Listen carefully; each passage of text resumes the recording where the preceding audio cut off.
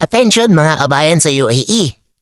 Kung magre-renew ka ng passport ngayong taon o sa susunod na mga buwan, huwag mong escape ang video na ito. May malaking pagbabago na kailangang malaman ang lahat ng OFWs. Simula sa July 1, 2026, wala ng BFS Global para sa Philippine Passport Renewal dito sa UAE. Ano bang ibig sabihin nito? At saan ka ngayon magpaparenew? Ito ang aalamin natin ngayon. Hello mga abusog, welcome back sa channel natin. Kung bago ka pa lang dito, ang channel na ito ay nagbibigay ng latest verified at practical updates para sa mga OFW, lalo na dito sa UAE.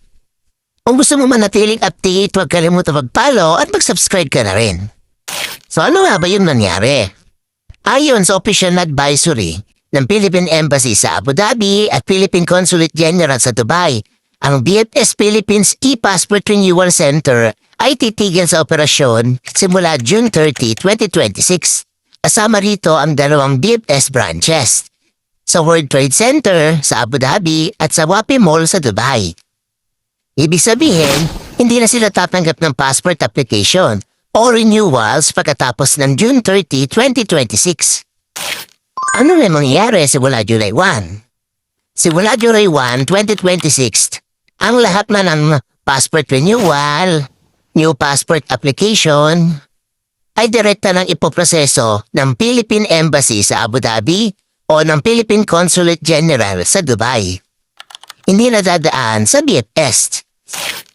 Ano ang dapat gawin ng mga OFWs? Magandang tanong yun.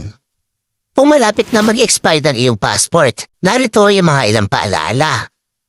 Lanuhin agad ang inyong renewal. Mag-book lamang sa official appointment system ng embassy o consulate kapag available na ang schedule. Ihanda ang lahat ng requirements bago pumunta sa inyong appointment. Huwag magbayad sa mga pixel o sino mang nangangakong mapapabilis ang proseso kapalit ng malaking halaga. Laging gumamit ng official processing. Paano kung may appointment ka sa BFS?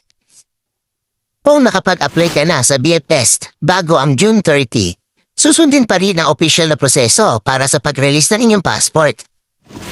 Mainam na bantayan ang official na announcement ng Philippine Embassy at Philippine Consulate para sa anumang karagdagang instruction. Magiging mas madali ba o mas mahirap? Sa ngayon, wala pang official na pahayag kung paano makakaapekto ang waiting time o appointment availability. Posibleng magkaroon ng adjustment period habang inililipat ang buong proseso mula sa BFS papunta sa embassy o sa consulate. Kaya ang pinakamagandang gawin ay huwag nang hintayin malapit nang mag-expire ang passport bago mag-renew. Siyempre, isang mahalagang paalaala lang po. Marami na lamang kumakalat na iba't ibang impormasyon sa social media. Kaya bago maniwala o magbahagi ng balita, siguraduhin ito ay mula sa opisyal na anunsyo ng Philippine Embassy sa Abu Dhabi o sa Philippine Consulate General sa Dubai. Kung nakatulong ang updates na ito, ishare ang video na ito para mas marami pang OFWs ang makalam ng pagbabago. Baka ang simpleng share mo ang makatulong sa isang kabayan natin na makaiwas sa abala. Ingat lagi at kita-kits tayo sa susunod nating OFW updates. Ito lang po ang inyong lingkod si Kabusog. Update para sa OFW.